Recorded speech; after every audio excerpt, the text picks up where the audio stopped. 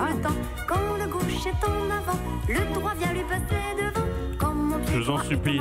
On arrête ça là. Mettez-lui son iPhone. Bon, C'est sa playlist. Est-ce que vous avez dit merci à vos pieds ce matin? Parce qu'elle a raison sur une chose, Dorothée, c'est très important de bien s'entendre avec ses pieds, car parfois on les laisse un peu de côté.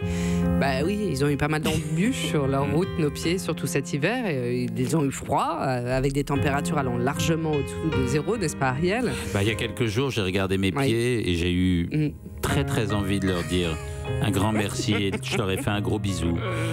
Et j'ai senti un peu après qu'ils me portaient mieux. Oui. J'étais mieux sur eux. Et puis là ils où on étaient est mieux sous moi. difficile, c'est qu'ils n'ont pas toujours des chaussures adaptées à leurs besoins, comme les sabots en plastique, plus connus, sous Ils sont connus.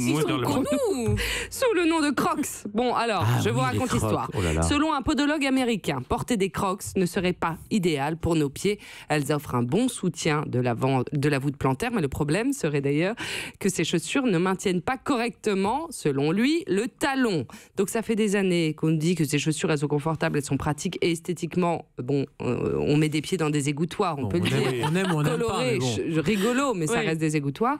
Alors docteur, pourquoi est-ce qu'on s'acharne sur ces chaussures? Qu'est-ce qui fait qu'elles pourraient faire mal aux pieds? Ils ont raison, les podologues, parce qu'en fait, elle ne maintient pas le pied. C'est quoi le but d'une chaussure? C'est de maintenir le pied. Or, les Crocs, ça ne maintient pas le pied.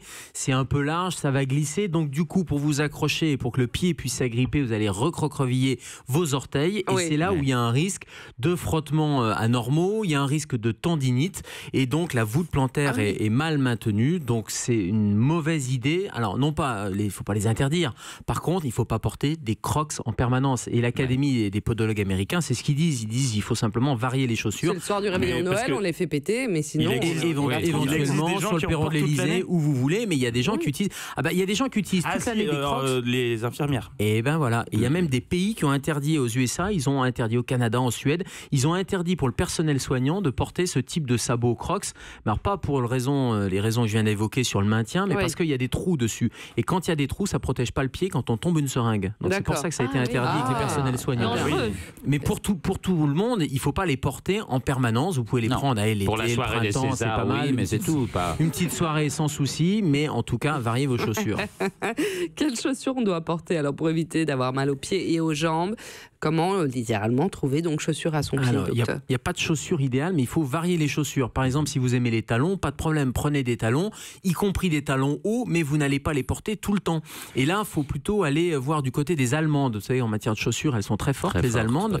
Bon, pas esthétiquement, mais en tout cas, elles ont des chaussures un peu anatomiques qui respectent la forme du pied. Et puis surtout, elles ont l'habitude, mais les Américaines aussi, quand elles prennent des escarpins, c'est de les mettre dans le sac et de prendre d'autres chaussures pour faire le trajet. Et quand vous arrivez au boulot ou quand vous arrivez sur votre lieu de soirée, clac, vous sortez vos chaussures un peu inconfortables, un peu instables parce que les talons c'est pas très stable et vous les mettez pendant quelques heures. Vous avez l'air Ça permet, personne n'a de place dans son sac à main pour faire ça. Il faut prendre un plus grand sac à main.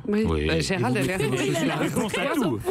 Non mais c'est hyper important les chaussures parce qu'on pense aux pieds. J'ai cru que vous alliez dire l'Allemagne. Non, mais les chaussures, on pense aux pieds. Donc effectivement ça peut frotter, ça peut donner l'hallux valgus ou amplifier ce qu'on appelle l'oignon, vous savez, cette déformation du pied, mais surtout ça remonte. C'est-à-dire le genou, les douleurs de genou sont liées très souvent à des problèmes de pied. Les douleurs de hanche, les douleurs de dos, les dorsalgies, on sait que le mal de dos c'est le mal du siècle. Vous voyez bien que le pied va nous poser, soit on est stable, soit on n'est pas stable, et à ce moment-là, il va y avoir une compensation du corps humain, et en particulier qu'une bascule des genoux, une bascule des hanches. Est-ce qu'il faut s'entraîner à se tenir un peu sur les bords externes du pied, c'est-à-dire, c'est ça le secret un peu? Dépend de votre morphologie. Et on a tous des pieds différents et c'est pour ça que là l'alerte elle a été lancée par des podologues.